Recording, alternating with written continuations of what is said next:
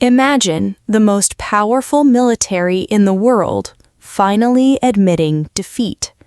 Not in a dramatic battle, not in a public surrender, but in the quiet aftermath of a devastating conflict, when Washington quietly walks away and writes a $300 billion check.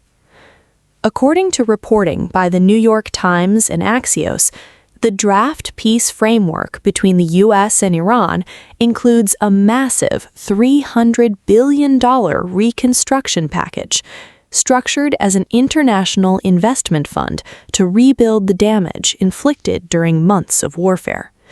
Let that number sink in for a moment. $300 billion. That's $25.5 trillion in Indian rupees. That's not aid.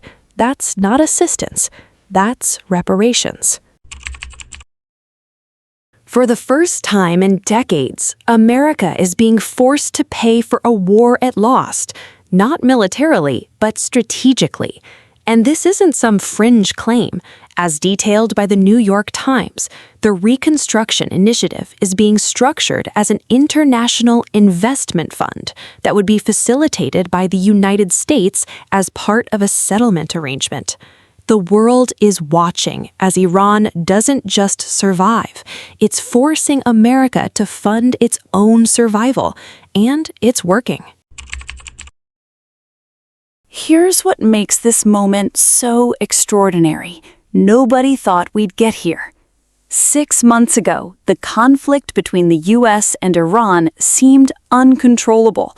On April 8, 2026, U.S. President Donald Trump agreed to a proposed 2-week ceasefire, claiming the U.S. had already achieved its military goals and that the conflict might be close to being resolved. But achieving military goals and achieving peace are two very different things. For weeks, the talks stalled. Both sides dug in their heels. Iran demanded compensation for catastrophic damage, universities destroyed, hospitals bombed, entire neighborhoods reduced to rubble. According to the New York Times, Iran sought compensation in previous negotiations, with some Iranian officials estimating losses between $300 million and $1 trillion. America said no, Iran said yes, and somewhere in the middle, reluctantly, America started listening. Let's be clear about what Axios reported. The agreement involves a 60-day ceasefire extension, during which the Strait of Hormuz would be reopened, Iran would be freely sell oil, and negotiations would be held on curbing Iran's nuclear program. Think about what that means in plain language. This isn't charity. According to the New York Times, the concept emerged after Tehran sought compensation in negotiations, with the proposal building on ideas previously floated by Middle East envoy Steve Witkoff and Trump's son-in-law Jared Kushner. Damaged schools? Covered. Destroyed hospitals? Covered. Apartment buildings reduced to rubble? Covered. Tehran's government estimates the total destruction at anywhere from $300 billion to $1 trillion. America is agreeing to at least $300 billion. One of the most critical choke points in global commerce has been blocked. Oil tankers couldn't pass, shipping routes paralyzed, global markets panicked. Under the terms reported by Axios, Iran would restore commercial shipping traffic through the strategic waterway to pre-war levels within 1 month. This is what America actually came for, not military victory, just access to trade routes. Here's where it gets interesting. Trump promised a complete victory on Iran's nuclear program. Iran said no. And Iran won that argument. According to U.S. officials cited by Axios, the 60-day MOU will state that Iran will have an Iranian commitment not to pursue a nuclear weapon, but the fate of Iran's nuclear stockpile would be decided during a later round of talks. Translation: Trump's nuclear demands postponed. maybe indefinitely. That's leverage Iran doesn't give away. Here's what's crucial. Iran is not accepting Trump's full narrative. According to Reuters, Iran's top negotiator told a Pakistani counterpart that Iran wouldn't compromise its legitimate rights and expressed distrust of the U.S. Why? Because Iran knows something America seems to have forgotten. You can negotiate from a position of strength. According to CNN, Iran's chief negotiator, Mohammad Bagher Ghalibaf, struck a defiant note, warning that Iran will not back down from the rights of our nation and country, especially when dealing with a party that has never shown sincerity and in which no trust exists. Read between the lines. Iran is saying, we're doing this deal, but we're not forgetting what happened, and if you try this again, we're ready. Here's something most Western media won't tell you. This deal is controversial inside Iran. According to Iran International, hardline Iranian factions sharply criticized the negotiations, with some lawmakers claiming that Supreme Leader Mojtaba Khamenei's red lines regarding the Strait of Hormuz, the nuclear issue, and compensation demands had been violated in the talks. Hardliners call it surrender. Moderates call it pragmatism. One conservative lawmaker accused negotiators of accepting a lollipop, the $300 billion fund, without binding guarantees in exchange for reopening the strait. This is the uncomfortable truth.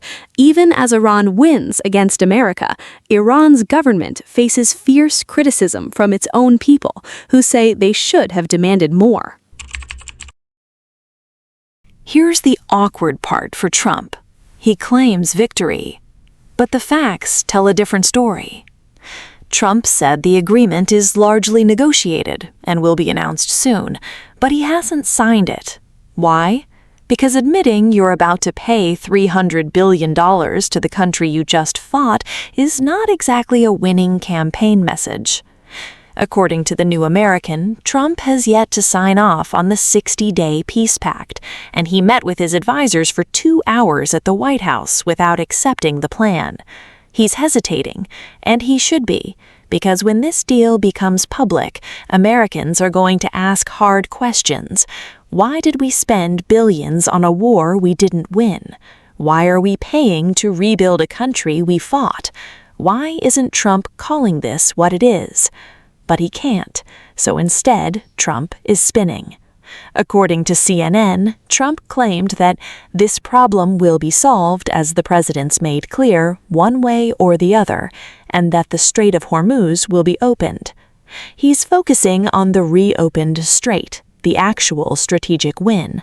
He's burying the $300 billion payment in the fine print. Let me be very direct. Iran won this war, not because they defeated the U.S. military in battle, but because they forced the richest, most powerful nation on earth to negotiate from weakness.